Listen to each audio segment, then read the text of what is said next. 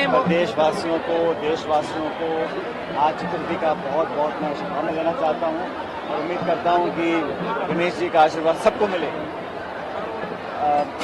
जो बिल प्रस्तुत किया गया है उसमें बहुत पुरानी मांग देश के लोगों की थी, कांग्रेस पार्टी की थी, सब लोगों की थी, उसमें सिर्फ लिप सर्विस दी गई है। मैं मानता हूं कि ये बिल बहुत पहले आना चाहिए था और अभी भी जो जहां तक जानकारी मुझे मिली है ये लागू होगा 2029 में।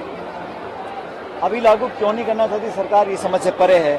बिल लेकर आ गए लेकिन लागू करेंगे 6-7 साल के बाद, ये मैं समझता हूँ सही नहीं है। अगर सरकार की मंशा सही होती, सब लोगों से बात करते और तुरंत प्रभाव से सारे लोगों से बात करने के बाद भी तो लागू कर सकते थे।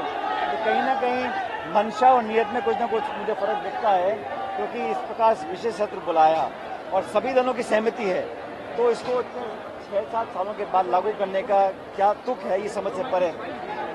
सर, एक राहुल गांधी आ रहे हैं जयपुर 23 तारीख को दौरे पे, जयपुर की धरती पे कार्यकर्ताओं से मुलाकात करेंगे। ये पहले से टाइम मांगा था। कांग्रेस अध्यक्ष खड़गे साहब और राहुल गांधी जी आएंगे और हमारे जो बूथ वर्कर्स हैं उनको हम लोग आई कार्ड्स भी देंगे, चिन्हित करेंगे, उनका एक सम्मेलन कराएगा और हमारी पार्टी का जो नया ऑफिस बनेगा उसका शिलान्यास भी होगा और कार्यकर्ताओं में ऊर्जा का संचार होगा।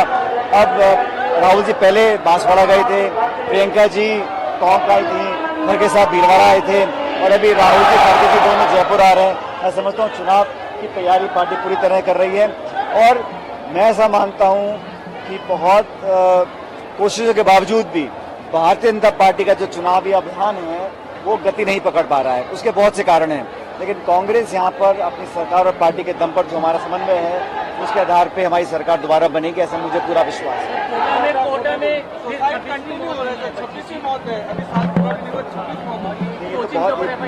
बहुत भयानक क्रम चल रहा है, इस पर हमें तुरंत विराम लगाना चाहिए। इसके लिए जो संभव कदम उठाने चाहिए सरकार को, समाज को, प्रशासन को उठाने चाहिए और इस प्रकार चलता रहेगा मैं समझता हूँ ये बिल्कुल अस्वीकार्य है। सर, कोचिंग माफिया आपको लगता है कि हावी है, क्योंकि प्रेशराइज का भी एक छात्रा ने आरोप लगाया कि प्रेशराइज करते हैं बच्चों को। देखिए, इस पे तो जैसा मुख्यमंत्री खुद अभी कोटा गए थे उन्होंने भी बोला था, हम भी जाते रहे मिलते रहते हैं, तो यहाँ पर तो काउंसलिंग के साथ साथ जांच भी होनी चाहिए कि क्या उनकी कंडीशंस ठीक है। जो बच्चे वहाँ पढ़ते हैं, जो बाहर से आते हैं, क्या उनको तनाव रहता है, उनको काउंसलिंग, मेडिकल हेल्प, कंसल्टिंग वो सब करनी चाहिए। लेकिन अगर इस प्रकार चलता रहा तो ये समाज के लिए कोई अच्छा संदेश नहीं है। मैं बहुत दुख व्यक्त करता हूँ और बड़ी मुझे पीड़ा होती है जब इस प्रकार के नौजवान बच्चों की मौतें होती हैं। तो जुड़े रहिए हमारे साथ और देखते रहिए न्यूज़ 24।